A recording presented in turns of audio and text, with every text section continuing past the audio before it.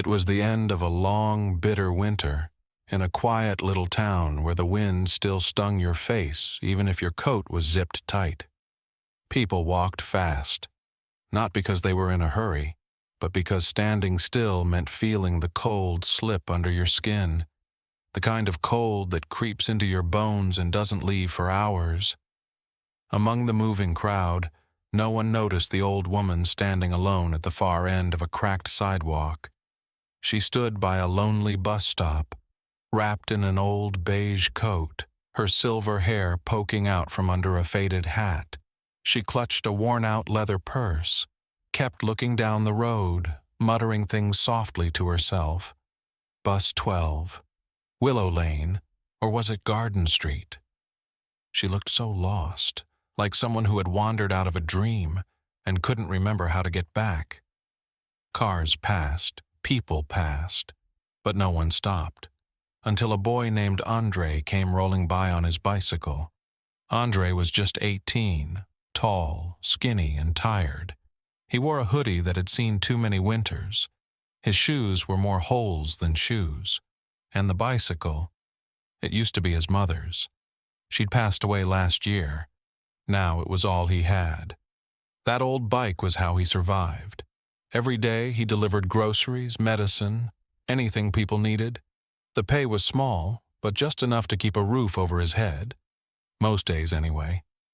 That evening Andre had one last delivery to make, one more job, and he'd have just enough to pay the week's rent.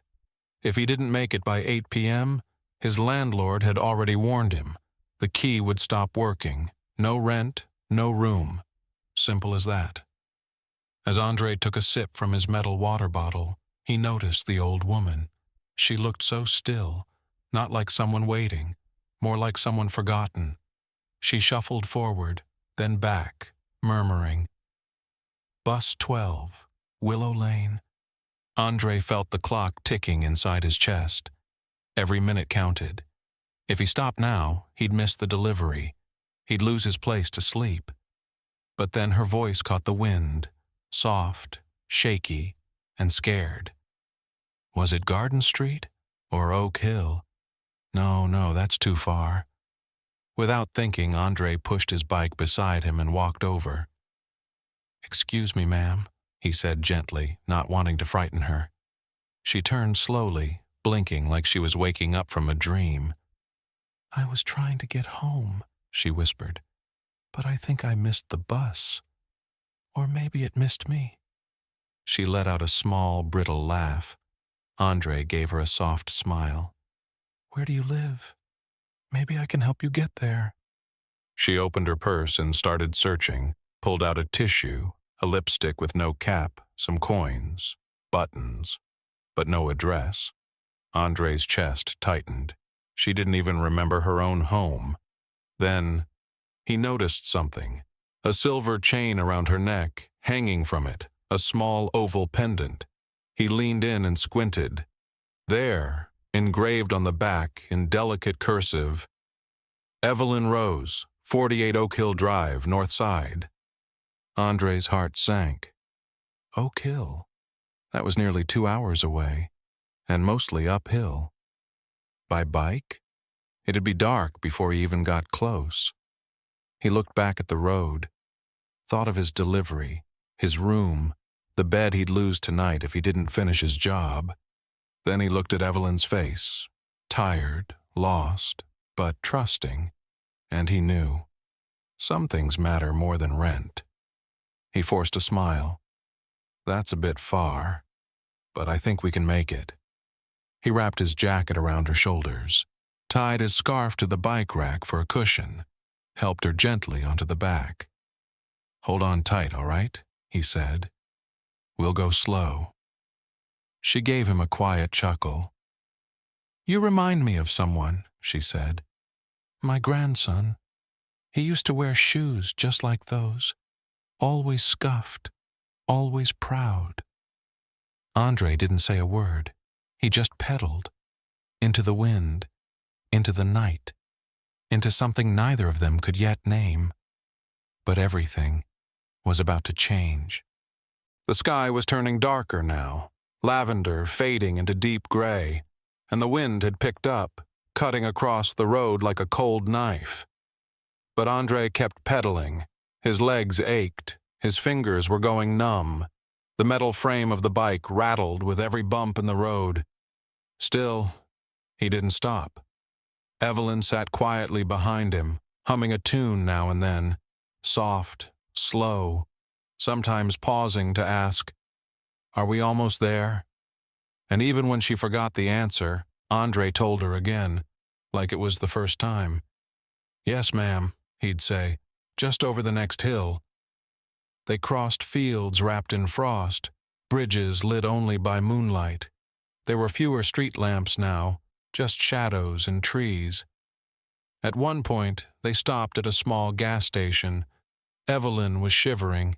Andre had just $1 left, but he used it. He bought her a warm cup of tea. When he handed it to her, she looked at him, then pushed it back into his hands.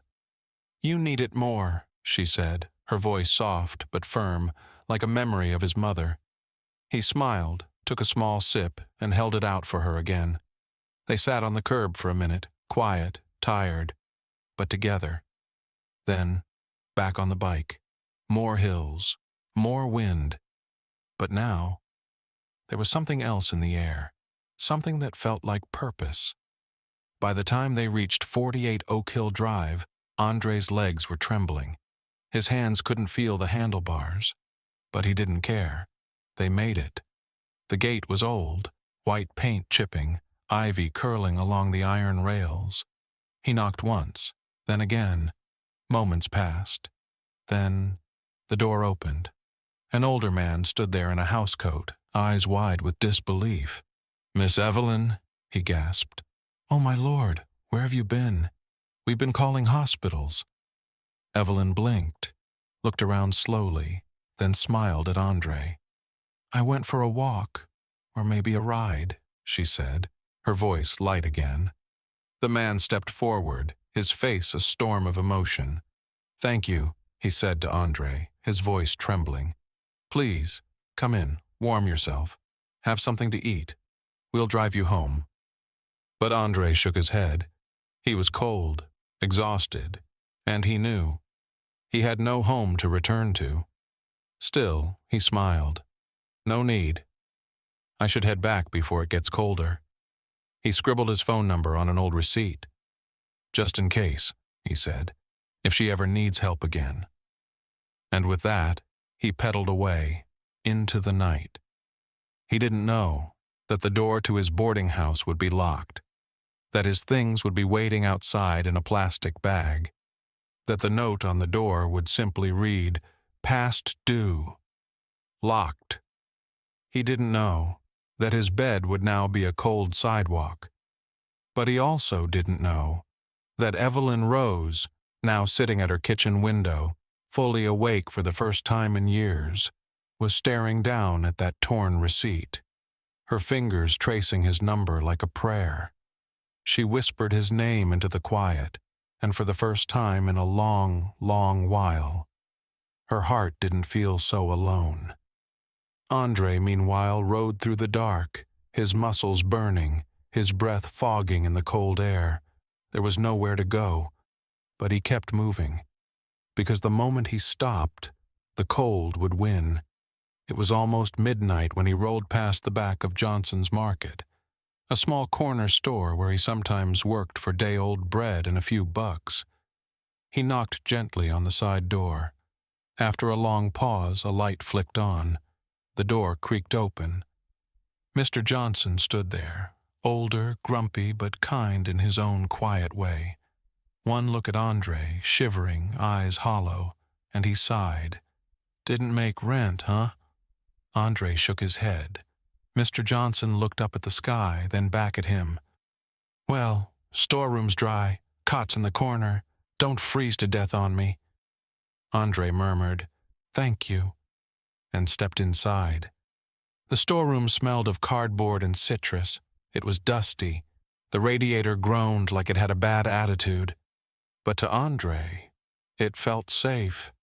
He wrapped the old blanket around himself, lay down on the thin cot, and for the first time in days, he let himself breathe. He thought about her hand on his shoulder, her laugh behind him on that bike, and the way she had said, "You remind me of someone I love." Outside, the wind howled, but inside that tiny room, Andre slept. Morning came quietly, not with sunshine, but with a soft gray sky that seemed unsure if it wanted to start the day. Inside the storeroom of Johnson's Market, Andre slowly opened his eyes. The radiator still clanked in the corner, the cold still hugged the walls, but he felt different. Tired, yes, sore, absolutely, but not afraid. For once, he wasn't afraid to close his eyes. And for the first time in a long while, he'd slept like someone who didn't feel forgotten. He folded the blanket neatly, tucked it against the wall, and stepped out into the store. Mr. Johnson was already there, same routine as always, opening up shop with the quiet movements of a man who believed in doing his part, no matter what the world threw at him. He didn't say much, just pushed a banana and a half-warm cup of coffee toward Andre on the counter. Andre took it with a grateful nod, peeled the banana slowly, sipped the coffee as steam curled into the cold air. He stood by the window, watching the town wake up. Cars coughed white steam. Kids shuffled along with backpacks too big for their small shoulders. A dog barked in the distance once, then silence. Just another day, until it wasn't. A black car, sleek, polished, out of place, pulled up outside the store. It moved like it didn't belong to this town, too smooth, too quiet, like it was answering a call no one else heard. A tall man stepped out, neatly dressed, sharp coat, shoes that hadn't touched a puddle in weeks. He looked down at a small slip of paper in his hand, then up, straight through the window, eyes locked on Andre. The bell above the door rang gently. The man stepped inside, his voice calm, but serious. "Excuse me," he said. "I'm looking for someone named Andre." Andre turned from the window, heart tapping against his ribs. "That's me," he answered cautiously. The man's face softened with a smile of relief. "My name is Charles. Miss Evelyn Rose sent me." He paused, letting the name sink in. "She remembers everything. She asked me to find you. She said you brought her home, and she wants to thank you in person." Behind the counter, Mr. Johnson paused, his coffee halfway to his lips. But he didn't speak. Andre looked at the man, then at the note in Charles's hand. It was his own handwriting, that phone number he had scribbled down without a second thought. He never expected it to be used. Charles walked to the door and held it open. "She's waiting," he said, "if you're willing." Andre hesitated. His breath caught in his throat. Going back to that house, that world, felt like stepping onto a stage in clothes that didn't fit. He was just a delivery boy, a kid with a bike and nowhere to sleep. He hadn't saved her for a reward. "I just wanted to make sure she got home safe," he said quietly. "That's all it was." Charles nodded. "And you did. But she believes you gave her something more. She said you gave her back a part of herself, and she'd very much like to tell you that herself." Andre looked to Mr. Johnson, his silent anchor in the storm. The old man shrugged with that same expression that meant, "Go ahead, kid," though he'd never say it out loud. "Your cot'll still be here if you need it." Andre exhaled slowly, then gave a small nod. He followed Charles out the door. The black car's door swung open like an invitation. This time he didn't ride that old bike, Evelyn had insisted. As the car rolled through the town, the same roads he had traveled by pedal felt different now. The trees looked less like shadows, the hills not so steep. By the time they arrived at Oak Hill, Andre's nerves had settled just enough to breathe. The house wasn't scary anymore. It didn't look like a castle. It looked like a memory, like something familiar he hadn't realized he missed. Charles led him through the side door, into a room filled with sunlight, books, and warmth. There, by the window, sat Evelyn, not lost, not confused, but sharp, clear, present. When she saw him, her smile rose across her face like the morning sun over the mountains. "You," she whispered, her voice trembling, "you brought me home." Andre stepped closer, unsure, but she reached for his hands and held them gently, like they mattered. "I remember everything," she said. "Every word, every street. And you didn't treat me like a stranger. You made me feel safe." Andre looked down, his voice stuck in his throat. But Evelyn wasn't done. She leaned closer, her eyes searching his like someone looking for something valuable they almost forgot they had. "I don't know your story, but I'd like to." She paused. "And if you don't have a place to go, I would be honored to offer you one, not just for tonight, but longer if you'd let me." She smiled softly. "This house has too many rooms and not enough kindness. You would change that." Andre blinked. The offer hung in the air like a fragile gift. He took a step back. "That's kind of you," he said slowly, "but I didn't do it for anything. I just wanted you to be safe." Evelyn nodded and whispered, "That is exactly why I want you to stay." Andre didn't answer right away. The room felt still, not tense, but tender, like the silence between two people who understand each other, even if they don't know what to say yet. He looked out the window. The sky beyond it was soft gray, clouds drifting like slow thoughts. He thought about her offer, not just a bed, not just a meal, but a place that wasn't temporary, a place that didn't disappear when the clock struck rent time, a place that didn't require him to prove himself every night. And yet, he hesitated, because when you've spent your whole life surviving, even kindness feels unfamiliar. Back at Johnson's Market that evening, Andre returned as quietly as he had left. He lay again on the cot in the storeroom, the blanket around his shoulders, the hum of the radiator his only lullaby. But sleep didn't come easy. Evelyn's words replayed in his mind, again and again. This house has too many rooms, and not enough kindness. She had meant it. He knew that. But how do you say yes to something you've never had before? How do you believe it's real? Morning came again, gentler this time. A pale sun stretched timid fingers through the cloudy sky. Andre was already sweeping the floor by the time Mr. Johnson opened the front, stacking crates, stocking cans, trying to keep his hands busy while his heart worked things out.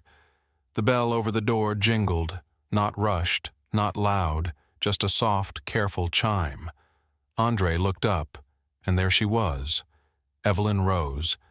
This time no driver, no fancy coat, just a simple shawl over her shoulders and a small handbag in her arm.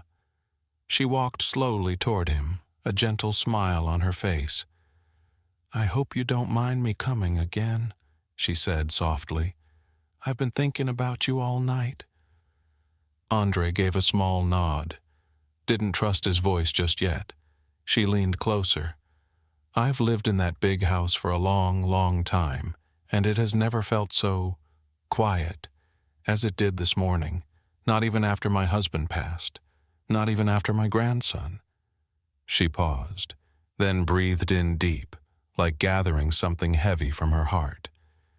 "You remind me of him," she said, "not because you look the same, but because of how you make people feel." Andre looked down, his fingers curling lightly against the counter. "I've been asleep, Andre," she said, "for years. Not really living, just existing. But when you helped me that night, without asking for anything, something in me woke up." She reached into her handbag, pulled out a folded piece of paper. "This isn't a contract," she said.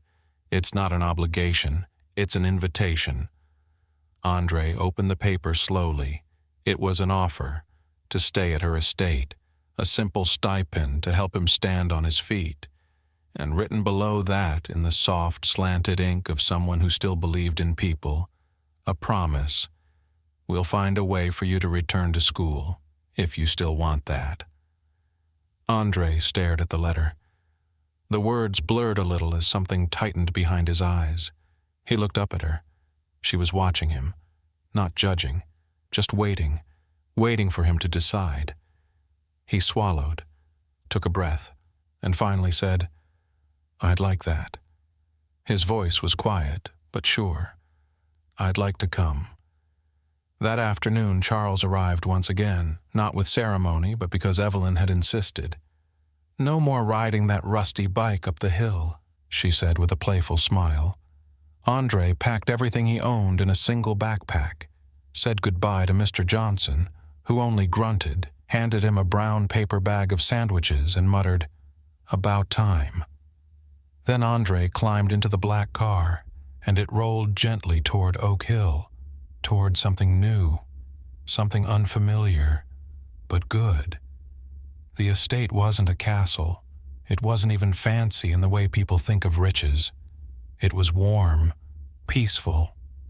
His new room overlooked a garden. It had a soft bed, a little bookshelf, and quiet. Not the kind of quiet that felt lonely, but the kind that felt like rest. Andre began to settle in. No one treated him like a guest, not like a project.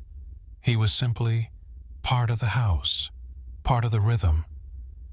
And slowly he let himself believe, maybe for the first time, that he belonged. Life at the estate wasn't loud. It wasn't full of grand events or sparkling banquets. It was peaceful. And for Andre, that was something brand new. He settled into a quiet rhythm. Mornings began with sunlight pouring into his window, soft and golden, stretching across the wooden floors like a welcome mat.